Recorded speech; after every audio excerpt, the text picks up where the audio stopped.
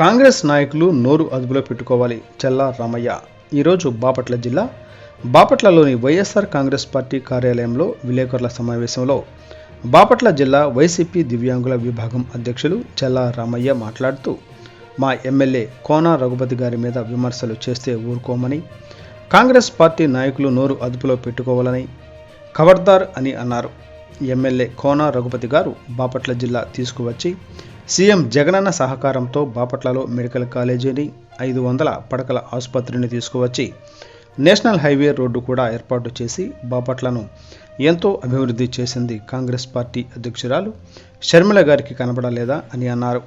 అలాగే సీఎం జగనన్న మీద విమర్శలు చేస్తున్న షర్మిల గారు 5 కోట్ల ఆంధ్ర ప్రజలను మోసం చేసింది కాంగ్రెస్ పార్టీ కాదా?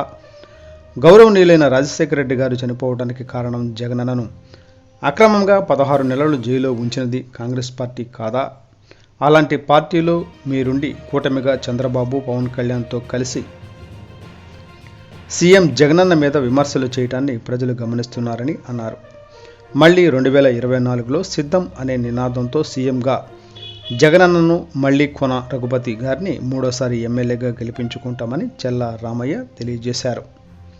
ఈ కార్యక్రమంలో వైసీపీ నాయకులు షేక్ సుభాని, టి వెంకటేశ్వరరావు, కాగితార్ రవి, ఆకురాతి విష్ణుమూర్తి, కృష్ణ, నరేంద్ర తదితరులు పాల్గొన్నారు.